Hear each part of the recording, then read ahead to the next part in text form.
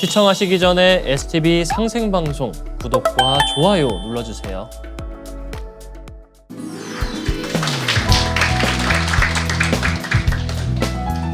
시작하기에 앞서서 2025년도 27년의 한반도 위기라고 하는 이야기는 저도 사실 국제관계학을 연구하는 사람이지만은 사실은 이제 미국의 인도 태평양 사령관이라고 있습니다. 하와이에 본부를 두고 있는 그 사령관이 2027년까지 중국이 대만을 침공할 준비를 마칠 것이다 라고 얘기했습니다.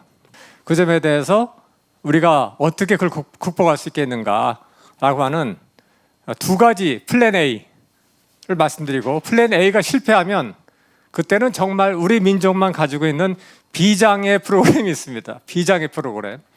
세종대왕부터 면면이 비전된, 아마 그 얘기는 처음 들어보신 얘기일 거예요. 하지만 그 얘기를 들어보시고 잘 이해만 하시면은 전화위복이 될 수 있다고 생각합니다. 위기를 기회로 바꿀 수 있는 그런 지혜를 얻을 수 있다고 생각하는데, 그래서 제가 오늘 드리는 말씀을 한번 잘 검토해 보시고 그걸 내가 지혜로 만들어 보겠다 할 그런 뜻이 있으시면 오늘 이 모임 이어서 앞으로 계속되는 강좌 참석하시면은 정말 지혜를 얻을 수 있으실 것이다 라고 제가 감히 먼저 말씀을 드려봅니다. 또 사실 최근에도 온 국민들이 깜짝 놀라게 했던 정치적인 격변이 있지 않았습니까? 오늘 갑자기 찾아올 수 있는 그런 일이었는데 도대체 무슨 얘기냐? 당실은 현실성 없어 보이는 두 가지 조건을 제가 말씀드렸는데, 그게 뭐냐? 보통 대만에서는요, 민진당이 있고 국민당이 있습니다. 민진당은 약간 탈중국, 독립을 추구하는 그런 세력이고요. 국민당은 독립은 포기하고 중국하고 잘 지내보자, 이런 완전히 이 대중국 정책 노선이 정반대인 세력이 있는데, 보통 8년만 민진당이 8년 집권하면 그 다음에 국민당이 8년 하고 그 다음 민진당이 이렇게 해왔어요. 리덩이 정권 끝나고 첸수비안, 마잉주, 차잉원은 민진당 총통이었습니다. 그러면 보통 다음에는 국민당이 들어와 있어야 됐습니다. 근데 이례적으로 작년 1월 달에 또 민진당이 집권을 했습니다. 중국의 시진핑 주석 입장에서는 아주 답답한 일이 생긴 거죠.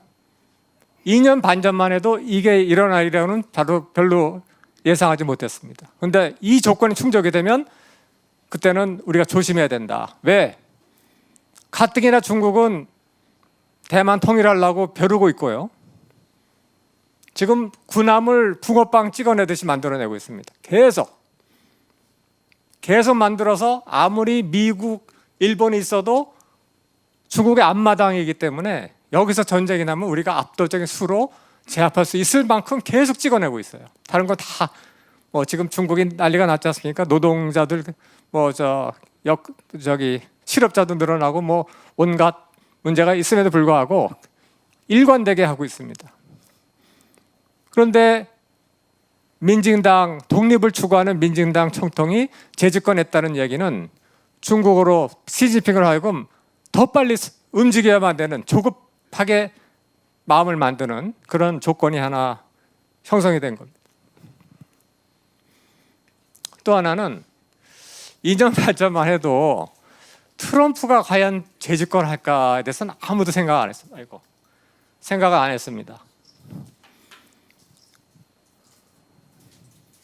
근데 제가 그랬어요. 만일 트럼프가 재집권하게 된다면 트럼프는 입만 열면은 동맹 필요 없다. 니들이 알아서 해라. 옛날에 닉슨이 그랬던 것처럼. 그다음에 우리 도움 필요하면은 방위비 분담금 10배 더 내라. 이런 식으로, 이런 사람이지 않습니까?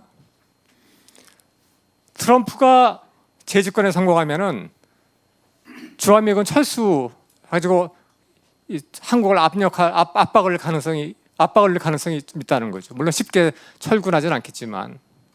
그 다음에 트럼프가 재집권하면 더 강력하게 관세를 휘두르면서 중국하고 나를 세울 거라는 겁니다. 그럼 가뜩이나 중국은 대만을 먹어야 되는데 미국은 괴롭히는데, 근데 중국한테 기회의 창이 열렸다고 보이는 거는 대만 문제 때문에 트럼프가 중국하고 싸움하지는 않을 것 같이 보인다는 겁니다. 자, 트럼프는 장사꾼이에요. 장사꾼은 전쟁을 싫어합니다. 전쟁을 싫어하기 때문에 중국이 정말 대놓고 대만을 포위를 해서 압력을 넣었을 때 과연 그 대만을 지키기 위해서 미국이 중국하고 전쟁을 하리라고 보기는 어렵다는 거죠. 장사꾼 같은 마음씩 갖고 있기 때문에. 과거 다른 미국 정권이라 한다면은 이게 다르지만 트럼프 입장에서는 중국이 미국의 개입을 포기할 수 있을 만큼의 떡고물만 던져주면은 땡큐 하고 그러고 대만 뭐 알아서 가져가세요라고 할 수 있다는 겁니다. 왜? 기본적인 마인드가 비즈니스맨이니까 빅딜, 거래 조건만 맞으면은 포기할 수 있다는 겁니다.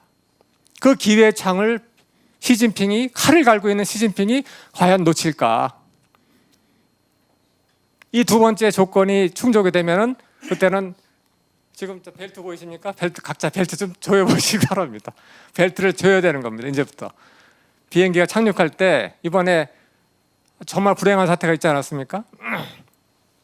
위태위태할 상황이 올 때는 fasten your belt라고 그러잖아요. 자, 분명히 저 뒤에 계신 저 선생님께서 2년 반 전에 이런 당신은 현실성이 전혀 없는 얘기를 하면서 이 조건이 충족된다면은 동북아 위기가 올 수 있다라고 얘기했다는 거에 그랬다고 말씀하셨어요. 그렇다면 제가 오늘 드리는 말씀도 좀 진지하게 들어볼 만한 가치가 있다라고 지금 말씀을 드리기 위해서 다시 한번 제가 손을 들어보라고 하신 겁니다. 세상은 예측 불가하지 않습니까? 어떤 일이 언제 갑자기 뚝 떨어질지 모르는 겁니다.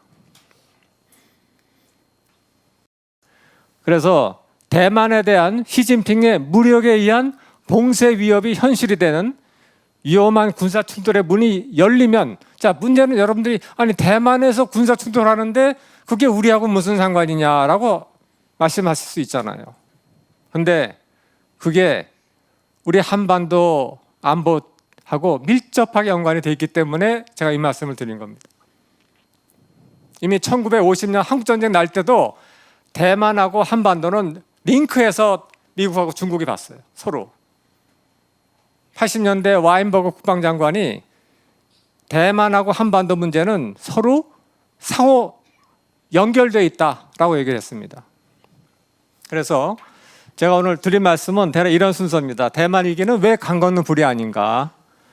자, 그 상태에서 북한이 정말 망하기 일보 직전인 나라임에도 불구하고 망하지 않고 핵 무장을 해가지고 지금 있는 상태에서 한반도 국지 충돌의 도화선이 지금 있습니다. 왜 대만 문제가 한반도로 옮겨 붙을 수 있는가 설명을 제가 잠깐 드릴 거고, 그다음에 북한이 핵무장을 했다면은 북한 주장이 하면은 핵 억지력이 생겼으니까 한반도에서 전쟁은 나지 않을 거 아니냐라고 생각할 수 있지만 역설적으로 그렇지 않은 조건이 또 생기고 있다는 겁니다. 왜? 최근 우크라이나 전쟁을 보세요. 우크라이나 전쟁을 보면 핵을 갖고 있는 러시아하고 핵이 없는 우크라이나가 핵을 쓰지 않고 정말 치열하게 싸우고 있습니다. 중국하고 인도도 둘 다 핵무장하는 나라인데 종종 싸우고 있고, 파키스탄하고 인도도 둘 다 핵무장한 나라인데 종종 전쟁을 했어요. 근데 그렇게 치열하게 싸우진 않았는데 최근에 우크라이나 전쟁은 거의 뭡니까? 거의 전면전 비슷하게 싸우고 있지 않습니까? 물론 푸틴은 전면전이라고 주장한 적 한 번도 없지만요. 북한이 핵무장한 사실 그 자체가 전쟁 위험을 낮추기보다는 역설적이게도 높일 수 있다고 하는 그 점을 제가 설명을 드릴 겁니다. 자, 그러면 우리는 가만히 앉아서 이 째깍째깍 시한폭탄이 돌아가는 걸 기다릴 수는 없지 않습니까? 그래가지고 제가 준비한 하나의 비책 있는데, 이게 만약 성공한다면 좀 희망의 가능성이 있는데, 만약 이것마저 실패한다면, 그러면 비책 플랜 A가 실패한다면 그때는 정말 완전히 비대칭적인, 완전히 새로운 접근을 우리가 생각해 볼 필요도 있다라고 하면서 제가 오늘 말씀을 마치고자 합니다. 우선 대만 위기가 왜 강 건너 불이 아닌가? 그램 앨리슨의 투키드에 대해서 함정이라는 얘기만 좀 말씀드리겠습니다. 그램 앨리슨은 이분입니다. 여기 보이시죠? 왼쪽에 있는 이분. 오른쪽에 있는 사람은 제가 지금 박사 논문을 지도하고 있는 학생인데, 하버드 케네디 스쿨에서 석사를 받고 지금 박사 공부를 하고 있습니다. 제 밑에서. 그런데 초상권을 보호하기 위해서 얼굴을 별을 갖다 붙여놨습니다. 그램 앨리슨 하버드대 교수는 뭐라 했냐면은, 지난 500년간 패권국이 있고 패권국의 지위를 살살살살 갉아먹는 신흥 강대국이 있을 때, 그렇죠? 있을 때 12번의 그런 사례가 있었다는 거예요. 지난 500년 동안에. 그랬는데 그중에 16번 중에서 12번은 결국 전쟁을 피하지 못하고 패권 전쟁으로 가더라. 확률이 어떻습니까? 상당히 높은 확률이죠. 16번 중에서 12번 전쟁을 피할 수 없었다는 거예요. 그게 그리스의 역사학자 투키디데스가 얘기한 스파르타하고 아테네가 서로 이제 뭡니까? 아테네가 성장하니까 스파르타가 기존 강대국인데 아테네가 성장에 겁을 먹고 얘를 찍어 누르기 위해서 한 전쟁이 펠로폰네소스 전쟁이라고 하는 게 있어요. 고대 그리스에 있었던 얘기죠. 그 케이스를 끌고 들어와서 지난 500년간 유럽의 역사를 지켜보니까 패권국에 도전하는 신흥 강대국이 있을 때 결국은 전쟁을 피할 수 없더라. 지금 미국이 패권국이면 도전국 어느 나라입니까? 중국이죠. 중국이 그렇게 뭐 부패가 심하고 온갖 문제가 많은 것 같아도 세계 과학기술 특허 순위로 보면은 미국 다음 2등이에요. 모든 게 2등이에요. 바짝바짝 쫓아가고 있습니다. 그램 앨리슨이 뭐라 했느냐? 투키디데스 함정. 오늘 이 강의를 들으시고 투키디데스 함정이란 거 외워가시면은 오늘 많은 거 얻어가시는 겁니다. 말씀드린 대로 급부상하는 신흥 강대국 중국이 기존 패권국 미국이 누리는 세력 판도와 기득권을 흔들고 도전을 하게 되면 결국 패권 전쟁을 피할 수 없는데, 그래서 사실은 이 강대국들은 이 패권 전쟁을 하면 너무나 큰 일이기 때문에 피하려고 그런다는 거예요. 가능하면 피하려고 그러는데 그램 앨리슨이 가만히 역사를 지켜보니까 왜 전쟁이 나느냐 봤더니 이 패권국을 밑에 동맹국들이 있지 않습니까? 작은 동맹국들 내부에서 정치적인 이유로 문제가 생겨가지고 그것이 동맹국가 A가 빨려 들어가게 되고, 그럼으로써 이 두 패권국 간에 전쟁이 나더라. 결국은 패권국은 정말 전쟁을 원하지 않아도 그 동맹국 내부의 정치 사정 때문에 트리거, 방아쇠가 당겨져서 좀 불행하게도 전쟁이 나더라. 이런 얘기를 하는 겁니다. 강대국의 동맹국 내부에서 아주 정치적으로 코너에 몰린 집권 세력이 그 난국을 타개하기 위해서 종종 쓰는 방법이 어떤 겁니까? 자신의 적을 외부에서 적을 찾는 거죠. 그래가지고 자신을 향하는 국민들의 비판을 전환하는 거예요. 전환함으로써 위기 상황을 만들고 그 위기 상황을 통해 가지고 국내적인 위기를 돌파하려고 하는 그런 유혹이 가장 강력하다는 거예요. 독재 정권들은. 근데 독재 정권이 아니라도 강대국 밑에 있는 동맹국들이 그런 상황에 빠져가지고 하면서 강대국이 빨려 들어간다는 거예요. 얘가 빨려 들어가니까 상대국도 맞서게 되고, 그래서 원치 않은 세계 대전 같은 것들, 1차 세계 대전도 그래서 일어났거든요. 동맹국 때문에. 그래엄 앨리슨은 그래서 그 트리거, 방아쇠는 강대국이 밑에 있는 동맹국들에서 일어난다. 미국 같은 뭡니까? 한국이나 대만, 중국이나 러시아 같은 뭐예요? 북한. 북한 내부의 모종의 문제 때문에 그 나라의 집권 세력이 국내적인 위기를 타개하기 위해서 외부에서 적을 찾아가지고 도발을 하거나 아니면 도발을 유도해서 그걸 가지고 자신의 국내적인 위기를 타개하려고 하는 그런 움직임을 보이면서 이 거대한 전쟁이 시작되더라라는 얘기를 한 거예요. 그래엄 앨리슨이. 최근에 이철이라는 사람이 있습니다. 자칭 제가 봐도 상당한 전문성이 있는 분 같아요. 중국에 오래 살았기 때문에 중국을 잘 알고 하는데, 이분이 중국의 대만 침공 직전 주한미군의 대만 사태 출동을 차단하기 위해서 북한으로 하여금 한국에 대한 적당한 수준의 국지 도발을 사주하거나 요청하거나 강요할 수 있다는 겁니다. 왜 그럴까요? 자, 중국이 대만을 봉쇄하려고 한다면은 북쪽에는 끼롱하고 남쪽에는 까오슝을 상대로 미사일을 막 쏘겠죠. 쏘고 그다음에 공역하고 해역을 봉쇄를 할 겁니다. 극단적인 경우는 상선하나 잠수함에서 격침시킬 수 있어요. 그렇게 되면 대만은 무역을 해서 먹고 사는 나라인데 완전 고립돼 가지고 한 달만 지나면 어떻게 되겠습니까? 오케이 항복 이렇게 될 겁니다. 그렇지 않겠어요? 새까맣게 포위를 했을 때 지금도 할 수 있는데 지금은 참고 있어요. 왜? 아직까지는 미국과 일본의 세력을 합했을 때 그거를 뛰어넘을 만큼의 양적인 우세를 달성하지 못했기 때문에 참고 있는 겁니다. 그런데 인도태평양 사령관이 얘기했죠. 2027년이 되면 충분히 군함, 미사일 다 찍어내서 압도적인 세력을 유지하기 때문에 그때는 할 거다라고 보는 거예요. 그런데 대만을 압력을 넣을 때 왜 한국이 여기 거론이 되느냐?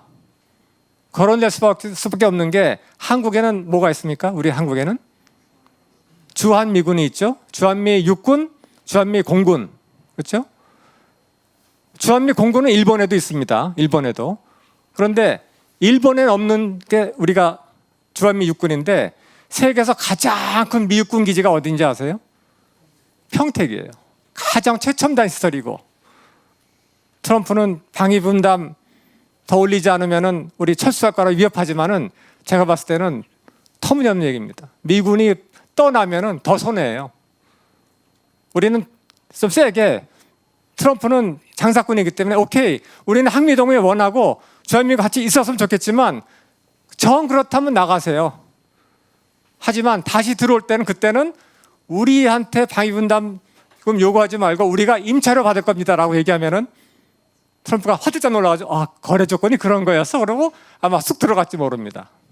장사꾼이니까. 그건 다른 얘기고, 주한미 육군이 정말 강력한 세력이 있기 때문에 이게 눈에 가시 같은 존재예요. 또 주한미 공군, 한반도는 대만이 위기에 처했을 때, 대만 문제를 놓고 중국이 압박을 할 때 북경을 노릴 수 있는 세력이 한반도에 있습니다. 멀지 않아요. 주한미 공군 하기 때문에 중국 입장에서는 주한미군을 의식할 수밖에 없고, 주한미군이 여기서 그냥 한반도에 고착돼야만 되는 겁니다. 주한미군이 대만으로 들어와서는 안 된다는 거예요. 이해가 되시죠? 어떻게 하는 방법이 있을까요? 주한미 보고 시진핑이 주한미 사령관한테 제발 오지 마세요라고 부탁할까요? 주한미군 사령관이나 주일미군 사령관이나 다 인도태평양 사령부의 예하부대입니다. 평시는 좀 다르게 돼 있지만 전시가 되면 다 이렇게 배속이 되게 돼 있어요. 중국이 취할 수 있는 방법은, 주한미군을 여기 묶어두는 방법은 뭘까요? 적당하게 여기서 긴장이 조성이 되면 주한미군이 못 움직이죠. 그렇죠. 움직일 수가 없게 만드는 겁니다. 문제는 사주, 요청, 강요 과연 가능할까? 그게 문제인데 중국은 북한을 언제라도 목을 틀어지고 뭡니까? 여기 경동맥 여기를 탁 쥐면은 사람이 몇 초 내에 죽잖아요. 피가 공급이 안 되면 할 수 있는 능력이 있어요. 그게 뭘까요? 원유입니다. 원유. 언제든지 파이프만 잠그면 북한을 무너뜨릴 수 있어요. 근데 그렇게 안 하죠. 원하면 할 수 있습니다. 할 수 있는 강요하는 능력이 있어요. 그 다음에 요청? 어떻게 할 수 있을까요?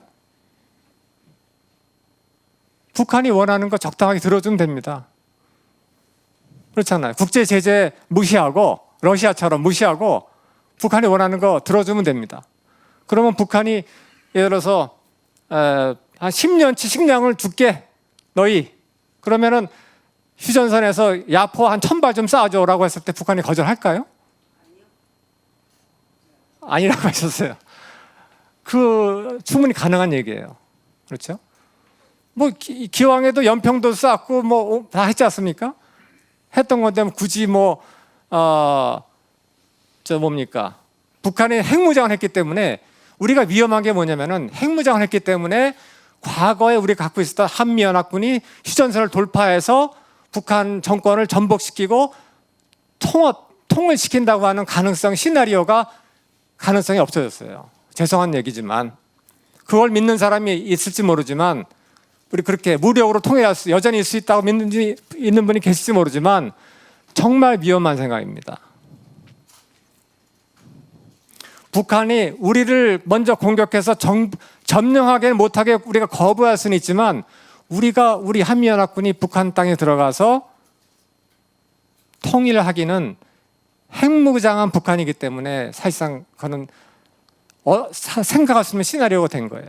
하기 때문에 북한은 어떤 입장이 됩니까? 적당한 도발을 해도 과거는 적당한 도발 잘못하면 평양을 뺏기게 생겼죠. 그렇죠?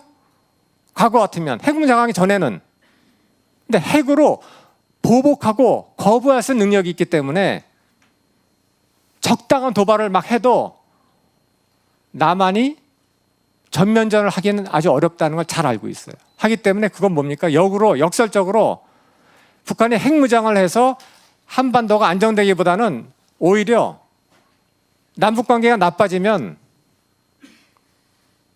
국지 충돌은 높아질 수 있다는 겁니다. 이미 그런 조건이 조성이 되어 있는데 중국이 선물까지 준다? 혹은 말 안 들면은 너희 목 졸라주겠다 하는데 북한이 말을 안 들을까요? 자, 이 대목이 이해가 되십니까? 이 대목 이해가 되시면 제가 그 다음 단계를 말씀을 드릴 수가 있습니다. 북한의 핵무장 이후 자신감을 바탕으로 국지 도발 시 한미연합군의 전면전 회피 입장을 최대로 활용할 수 있다는 거예요. 대만 위기 때 주한미군을 묶어두기 위해서 중국이 가만히 있을 리가 없다. 어떤 형태로든지 한반도 긴장을 조성하는 것이 합리적이다. 중국 입장에서는 그렇다는 거죠.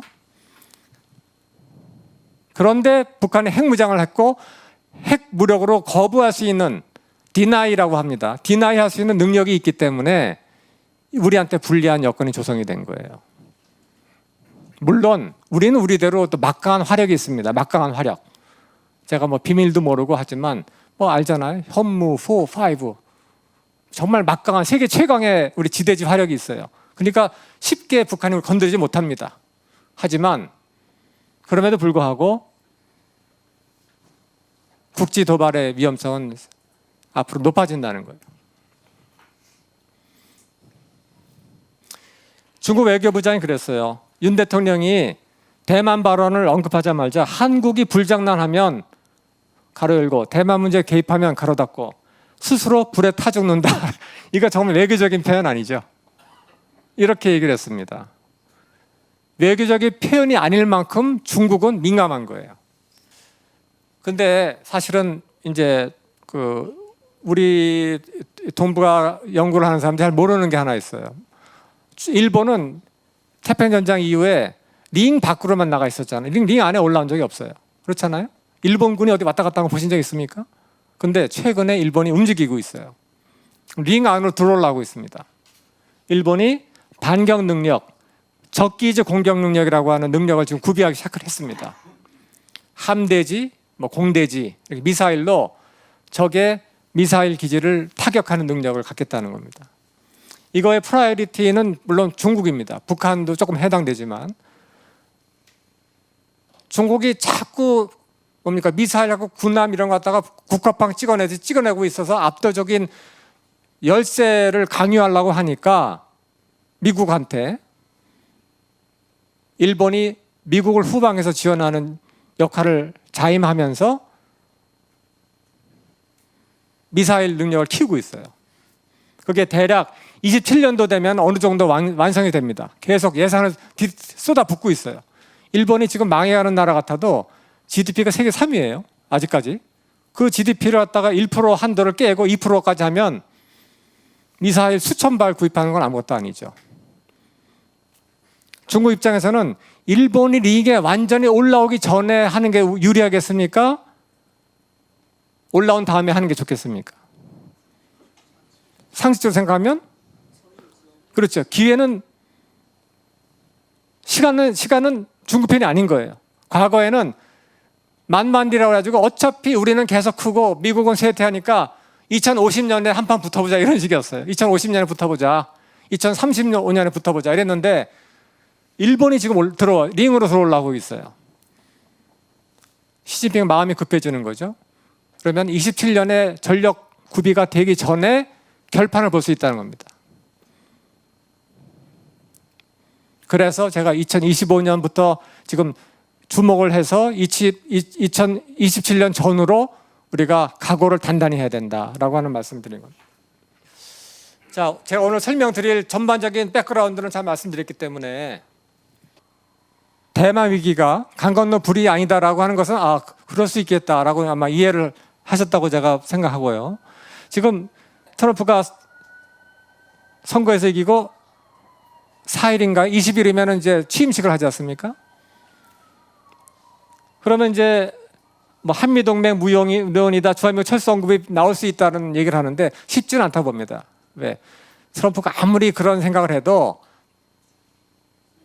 국방성이나 국무성의 탄탄한 관료들이 그렇게 쉽게 하지는 않아요. 하지만 그럼에도 불구하고 트럼프가 막 칼춤을 출 때 예측할 수 없는 겁니다. 그거예요.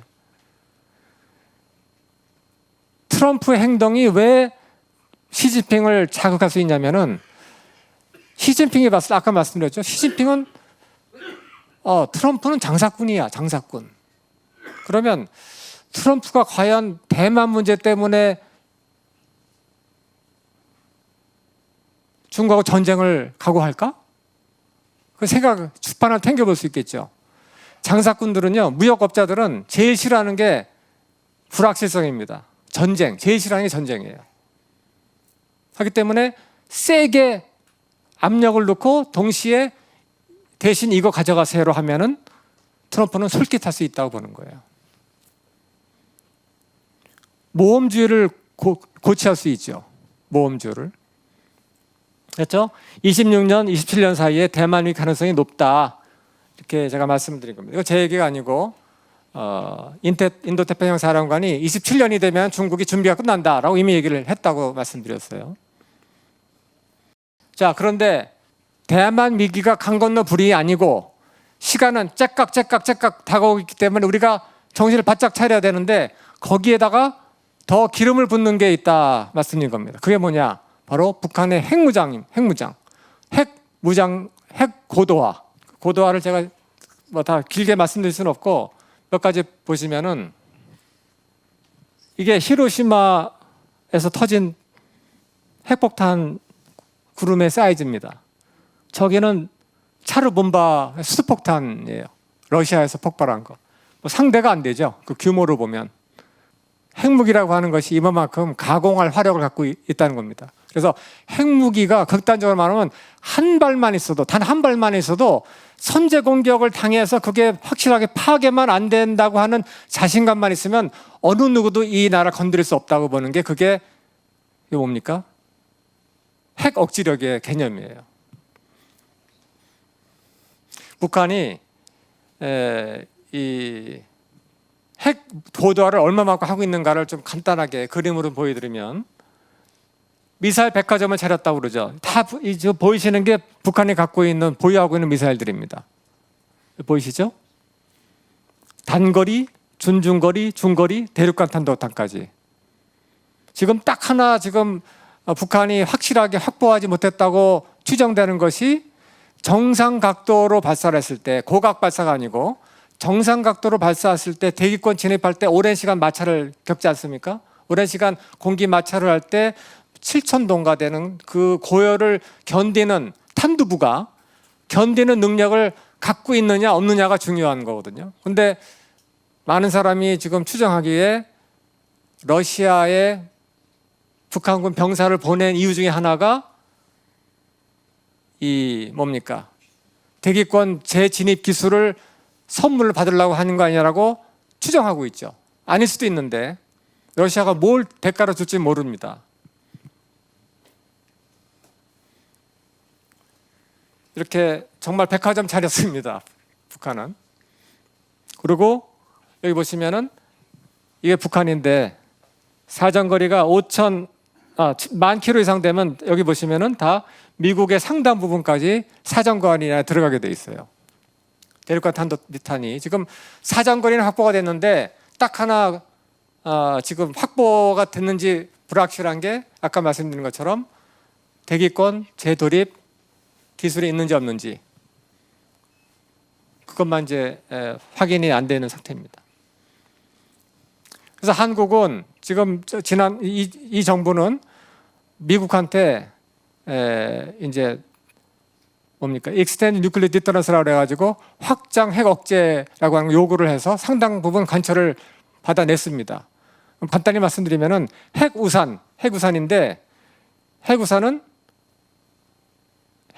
이렇게 확장한다는 개념인데, 뭐냐면 미국은 적의 공격으로부터 미국을 본토를 방해할 수 있는 요격 기술이 있죠. 능력이 있습니다. 근데 그거를 우산을 쭉 늘려가지고 동맹국까지 방어해달라고 하는 거예요. 그게 익스텐디드죠. 확장된 거. 그거를 약속을 받아냈고 실제로 아주 구체적인 이제 도상 훈련도 하고 뭐 했다고 하는 얘기를 언론에서 제가 들은 바가 있습니다. 그래서 미국으로부터 그런 이제 NCG라고 하는 확장 핵 억제 약속을 받아냈지만 그게 확실하게 보장이 되지 않잖아요. 미국의 워싱턴이나 LA가 북한의 핵 보복의 위협에 처했을 때 과연 미국이 2차 핵 보복의 위협을 감수하면서까지 북한에 대한 이 핵 보복을 해줄까? 그러니까 의구심이 있기 때문에 우리 자체로 할 수 있는 최대 능력을, 역량을 구비하고자 노력을 했죠. 그게 삼축 체계라고 하는 겁니다. 삼축 체계. 전체 모습은 이런 모습인데요. 킬체인이라는 게 있고, 그다음에 미사일 방어가 있고, 대량 응징 보복이라는 게 있습니다. 뭐 제가 이 시간은 그 설명드릴 시간이 아니기 때문에 그림만 보여드리겠는데, 우리 국민들이 안심하셔도 될 거는 상당한 능력을 갖고 있습니다. 우리가 킬체인도 상당한 능력이 있고, 그다음에 미사일 방어도 상당한 능력이 지금 구비가 되어 있습니다. KAM대라고 그래가지고 LSAM 개발해서 지금 전략화 하려고 있고, 심지어 LSAM2까지 지금 개발하려고 한다는 얘기가 나오고 있죠. 대량응징 보복 체계는 이제 우리 특작부대가 들어가서 아예 적의 지휘부를 제거하는 작전까지 포함하는 겁니다. 또 여기에는 우리 그 전략미사일 사령부가 있는데 거기서 이제 정확하게 때릴 수 있는 능력이 우리는 있습니다. 제가 이 말을 하는 것이 과장일 수 있는데, 지대지 전력에 관련한에서만큼은 우리 대한민국 육군이 세계 최강 중에 하나예요. 그만큼 우리는 역량을 개발했어요. 그럼에도 불구하고 여전히 완벽하지 못합니다.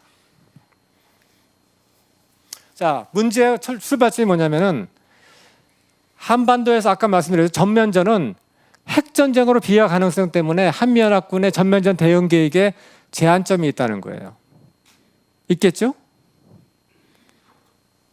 아, 북한 핵 몰라 무조건 때려라고 하면은 용감해 보일지 모르지만 끔찍한 거예요, 사실은. 예, 끔찍한 겁니다. 왜? 북한에 핵 백화점을 차렸고 아직까지는 우리가 조금 안심할 수 있는 게 북한이 뭐가 있습니까? 2차 핵 보복 능력의 핵심이라고 쓰이는 잠수함 발사 탄도탄 능력하고 그다음에 핵잠이 없어요. 핵 잠수함이 없습니다. 아직은 없습니다. 그런데 수중 발사 능력은 이미 확인이 됐죠. 몇 번 봤지 않습니까? 그 바지에서 쏘는 것도 있고 수중 발사 여러 번 북한이 보여줬잖아요. 그러니까 거의 북한이 할 수 있는 건 다 구비한 상태입니다. 그래서 전면전을 하기는 아주 어려운 거예요. 우리는 북한의 전면전 하기도 우리한테 남침도 어렵지만 우리가 북침도 어려운 상태가 된 겁니다. 북침이라는 건 뭐냐면 북한이 먼저 공격했을 때 우리가 대응해서 옛날처럼 작게 5027대로 평양 점령 순식간에 점령해가지고 정권을 와해시키고 통일을 하는 거. 그 계획은 현실성이 없어진 겁니다. 이제 그래서 전면전으로 간주하기 어려운 수준에서 북한이 교묘하게 문턱, 스레시홀드죠. 문턱을 넘지 않는 수준에서 국지 도발을 할 때 우리가 이거를 핑계로 전면전을 할 수 없습니다. 전면할 수 없고 우리는 우리의 재래식 능력으로 대응하겠지만 이것이 만일 여러 가지 정치적인, 군대 정치적인 혹은 여러 가지 모호한 정보, 여러 가지 이유 때문에 우리가 이 상당히 위험한 국지 전쟁이 상당한 규모의 전쟁으로 물론 전면전은 아니지만 그런 전쟁으로 확장될 가능성이 있다는 겁니다. 아까 근데 이게 남북한 간에도 그런데 이건 하나의 조건이고 아까 더 말씀드렸죠. 그 배후의 큰 그 커튼의 큰 여건 그게 뭡니까? 대만 위기. 미중 간의 경쟁에 따라서 대만 위기가 올 수 있는데 그 대만 위기를 중국이 부담을 덜기 위해서 한반도로 일부를 띄워붙인다는 거죠. 띄워붙이는 겁니다. 붙였을 때 우리가 원하지도 않는데 강대국의 충돌에 장기판의 졸처럼 휘말려 들어갈 수 있는 겁니다. 아까 말씀드렸죠. 강대국의 동맹국들 내부 사정 때문에 강대국이 휘말려 들어가는 경우도 있지만 강대국의 장기판 싸움에 그 동맹국이 장기판의 졸처럼 이용될 수도 있는 거예요. 국제관계는 뭐 양쪽이 다 가능한 거죠. 그래서 중국의 대만에 대한 회색지대 혹은 하이브리드 압박을 감행할 경우에 북한으로 하여금 중국이 적당한 군사적 도발을 강요할 수 있다는 겁니다. 그런데 현재는 북중 간에 묘한 기류가 흐르고 있어요. 북한이 중국에 대해 상당히 경계심을 느끼고 있는데 그 이유 중에 여러 가지 이유 중에 하나가 동북공정 때문입니다. 동북공정. 여차하면 북한의 급변 사태가 발생하면 우리는 우리가 통일될 것처럼 착각하고 있지만 사실은 먼저 평양 점령하는 건 중국이 되게 돼 있어요. 현재는. 그래서 여러 가지 이유가 있지만은 북러 밀착의 이유 중에 하나가 저는 중국에 대한 경계심도 있다고 봅니다. 그다음에 만일 북한이 더 러시아에 바짝 붙고 심지어 트럼프하고 빅딜을 해가지고 미중 북미 수교를 하고 뭐 평양에 뭡니까? 미국 대표부를 끌어다 오고 맥도날드 뭐 햄버거 집을 평양에 만들고 이런 식으로 급속하게 탈중국화를 하게 되면 중국은 반드시 김정을 암살하려 할 겁니다. 역으로 김정은이 친중 세력으로 의심되는 장성택을 제거했죠. 친중 세력으로 의심되는 자기 이복형을 어떻게 했습니까?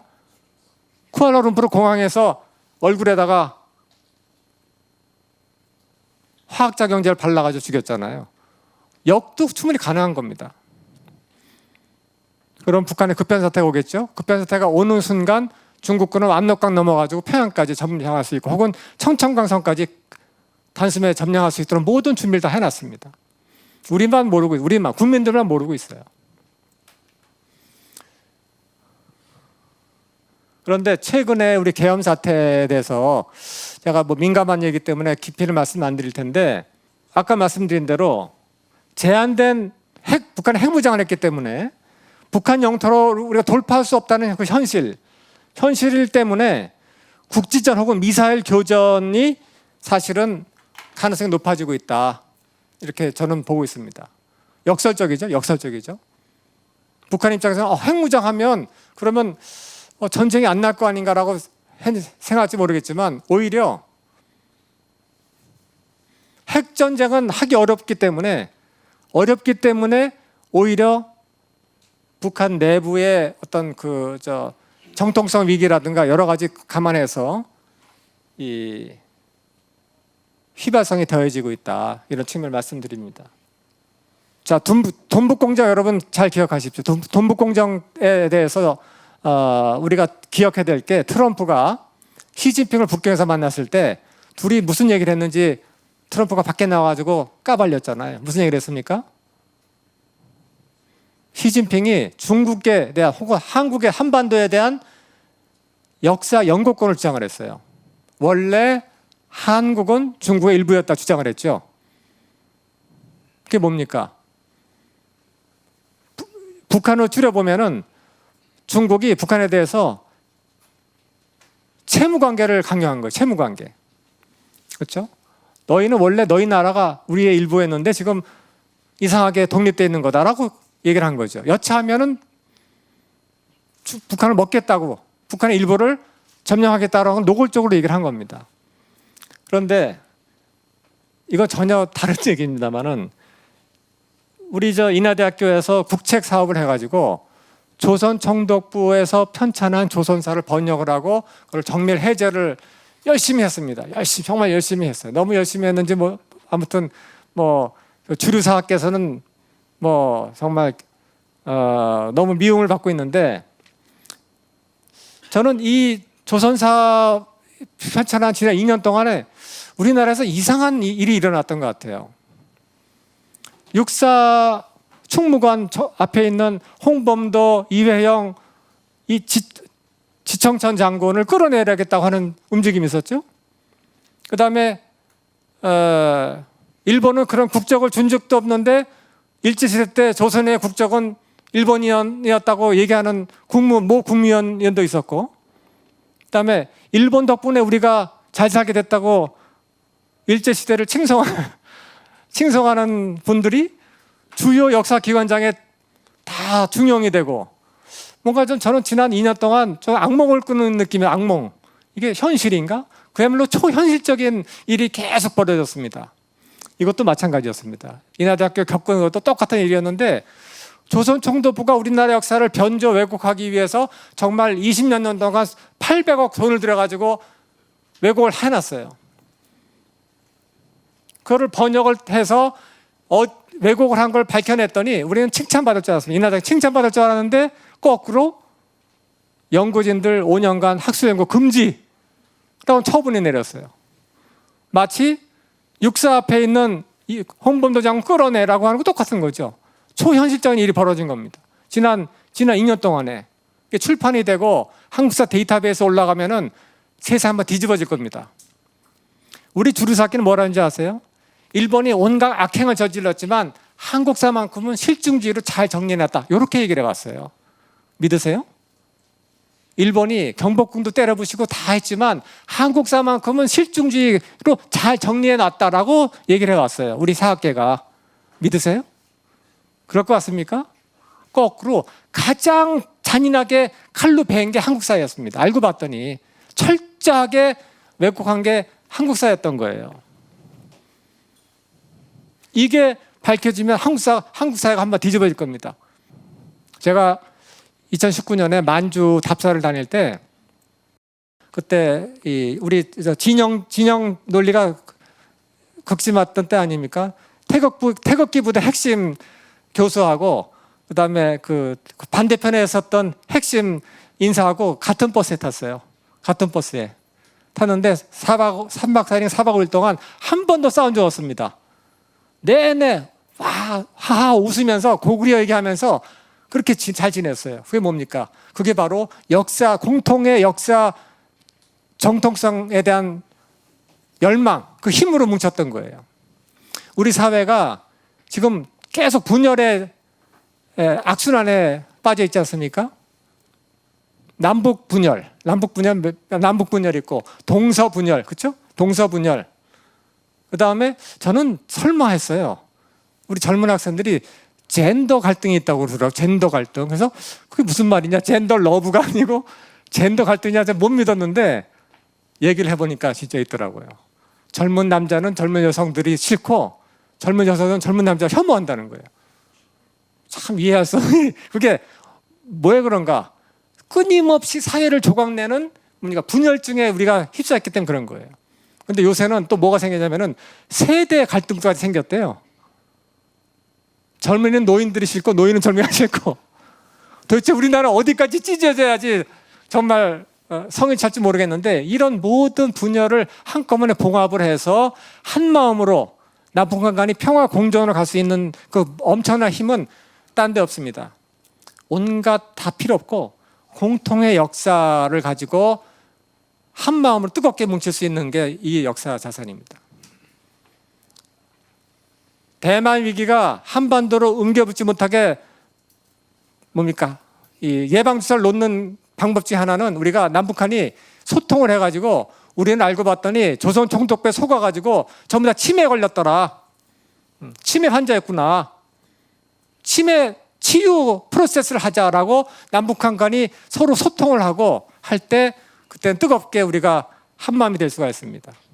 남북한이 한마음이 되면 동서화합도 되고요. 남북 젠더 다 됩니다. 자동적으로. 그렇게 역사 힘이 무서운 겁니다. 여러분, 이스라엘이 정말 맨 땅에 헤딩해 나라를 만들었잖아요. 어디서 나온 건지 아세요? 역사를 가지고 딱 하나 가지고 한 겁니다. 구약의 역사 그 책 하나 들고 와가지고 정말 맨 땅에 헤딩해 나라를 만들어. 그렇게 역사 무서운 거예요. 근데 선진국은 그걸 아는데 후진국은 그걸 몰라요. 역사가 얼마나 엄청난 문화 권력인지를. 근데 우리가 일본한테 문화 권력을 뺏겼기 때문에 우리가 물질적으로는 지금 잘 살게 됐지만 정신은 텅 빈 공허한 영혼 없는 국민이 된 거예요.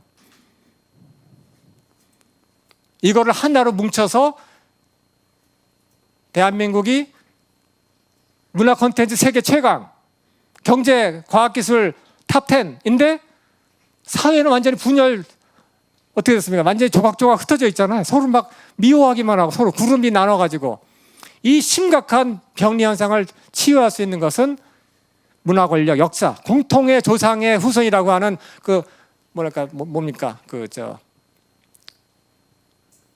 공동체 의식 그거를 복원하는 게 필요한데 조선 총독부의 유산으로 가로막혀 있는 걸 막 뜯어냈는데 그거를 출발 못하게 지금 하고 있는 상태라는 겁니다. 그게 제가 말씀드린 비책입니다. 그래서 당장 북한하고 협상만 되면 우리가 천리장성이라고 되어 있는 게 있어요. 신의주에서 원산까지 고려가 북방 민족의 침입을 견제하기 위해서 높이 5m, 폭 5m짜리 산성을 쌓았다는 거예요. 산성을 쌓았다는 거예요. 근데 알고 보니까 새빨간 거짓말이었던 겁니다. 조선 총독부 관변학자들이 있지도 않은 얘기를 만들어서 선을 그려놓은 거예요. 그게 여러분들 중앙박물관의 교과서 그대로 다 가르치고 있습니다. 만일 사실이라 한다면은 한여름에 낮에 뜨겁게 햇볕을 받은 그 산성 있죠? 돌로 된 산성이 밤에 복사해를 내뿜기 때문에 우주 인공위에서 다 보일 거라는 거예요. 빨간 선이, 야득한 선이. 근데 우리 인하대 항공우주공학과 교수가 한 번도 본 적이 없다는 거예요. 한반도에 그런 빨간 선이 우주에서 만리장성 보이거든요, 선이.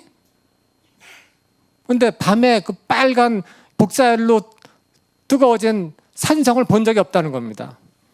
우리나라 원래 만리장성 같은 무식한 산성을 쌓지 않는 나라예요.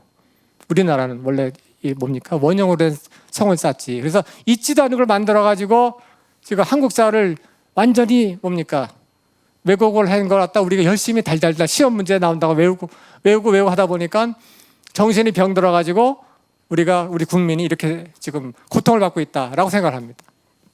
그래서 이 문제를 가지고 위기를 돌파할 수 있는 하나의 비책이 된다라고 말씀드리고, 만약에 근데 이것도 실패한다면, 그렇죠? 이게 사실은 쉽지 않아요. 제가 봤을 때는 저는 정치학자이기 때문에 역사학자를 몰랐어요. 근데 역사학자들 옆에서 싸우는 걸 보니까 정말 살벌하더라고요. 거기는 거기는 뭐 정말 사람을 정말 그 완전히 때려잡는 그런 무서운 그런 뭐랄까 그 왕따 문화가 있더라고요.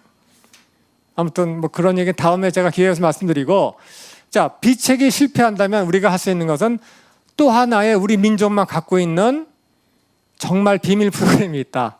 그 프로그램을 놀랍게도 세종대왕도 어느 정도 알았다라고 하는 점을 제가 최근에 알게 됐습니다. 세종대왕이 그 광화문 있죠, 광화문. 원래 광화문은요 고려 시대도 있었습니다. 개성에도 동쪽을 향해서 문이 광화문이라고 그랬어요. 그러니까 그건 뭐냐면 우리가 전통적으로 우리 민족은 가장 중요한 대문을 광화문이라고 붙였다는 거예요. 광화문. 근데 말 그대로 하면 뭐니까 빛으로 되는 문 이런 뜻이잖아요. 그게 해석이 엄청 어렵습니다. 그게 도대체 무슨 말이냐. 기존의 우리 유학자들로는 해석할 수 없는 내용이에요. 왜? 사서삼경에 광화 그런 말이 잘 안 나오거든요. 빛은 광명이세라고 하는 우리 민족 문화 DNA에서 나온 거예요. 광명이세 아시죠? 광명이세. 홍익인간 광명이세. 그리고 우리 민족은 늘 밝음을 추구했고, 그렇죠? 동이족이 가슴에 둥근 청동경을 달아가지고 햇볕을 마주하면 여기서 빛이 반사돼요. 자기 백성을 볼 때 나는 빛을 내뿜는 빛의 인간으로 보여지는 거예요. 그런 문화가 우리는 있었어요. 동이족, 그렇죠? 빛과 하나 되는 인간을 추구한, 그게 홍익인간인데, 근데 그 전통이 세종대왕, 김시습, 서화담, 이지함을 거쳐서 정조대왕, 효명세조 이어지다 효명세자가 아깝게 독살되고, 그게 이제 정조대왕 옆에 박제가 제자인 전라감사 이서구의 제자인 이운규의 제자인 정역의 김일부와 최재우로 비전이 된 거예요. 우리 전통의 이 빛의 인간을 만드는 것이 인간의 유일한 인생의 목적이라고 하는 그 가르침을 계승한 거죠. 그게 광화문이라는 그 테마에서 나오는 겁니다. 그래서 개벽이 뭐냐면은 환하게 열린다는 게 개벽이, 환하게 열린다. 엄청난 광명의 세계로 인간이 확 들어간다. 근데 들어가기 위해서는 인간이 그냥 맨몸은 안 된다는 거예요. 제가 공부를 좀 해보니까 맨몸으로 안 되고 나 역시 빛의 인간으로 몸과 마음을 개조해야 이 개벽의 프로세스를 견뎌내고 어둠을 이길 수 있다. 이런 얘기를 하더라고요. 저도 이제 개인적인 병마가 있기 때문에 관심을 가지고 해봤는데 상당히 효과를 봤습니다. 뭐 효과 봤다는 걸 제가 무슨 마치 교회에서 간증하듯이 말씀드릴 수는 없고, 그래서 이 빛의 인간으로 우리가 문화 대혁명을 하면은 모든 걸 빨아들일 수가 있어요. 북한도 빨아들이고 전 세계, 이미 한류가 전 세계에 빛이 됐어요. 인정하십니까? 우리가 모르는 사이에 우리 한국 사람들이 세계 빛이 됐어요. 우리 모르는 사이에. 근데 더 확실한 빛이 되는 그 프로세스가 있고, 그것이 우리 단군 사화에 그대로 나와 있습니다. 단군 사화에 홍익인간 광명이세, 빛의 인간으로 스스로를 바꾸는, 그 인간을 빛의 인간으로 바꾸는 그 길이 유일한 이 천지의 목적이라고 하는 얘기를 세종대왕도 알았던 것 같아요. 그래서 광화문이라는 것도 다 썼고, 그래서 이 얘기는 제가 간단히 말씀드릴 수 없는데, 아마도 이 명상 포럼에서는 이 테마를 가지고 아마 또 다른 기회에 아마 자세한 얘기 할 수 있을 것 같은데, 이것은 뭐 머리로 들어서 될 일이 아니라 반드시 내가 내 몸으로 체험을 해서 체험을 할 때만이 이것을 인정하게 될다고 봅니다. 그게 진정한 실증주의거든요. 실증주의. 내 몸으로, 내 피부로, 내 심장으로 체험할 때 이것을 인정할 수 있다, 이렇게 봅니다. 이것이 제가 말씀드리는 모든 거 다 실패했을 때, 그때는 우리 민족만 갖고 있었던 비책을 진짜 끌어오자는 거죠. 그걸로 세계를 한번 흔들어 보자. 그게 홍익인간의 꿈이다 라는 말씀 드리면서 제 말씀 마치겠습니다.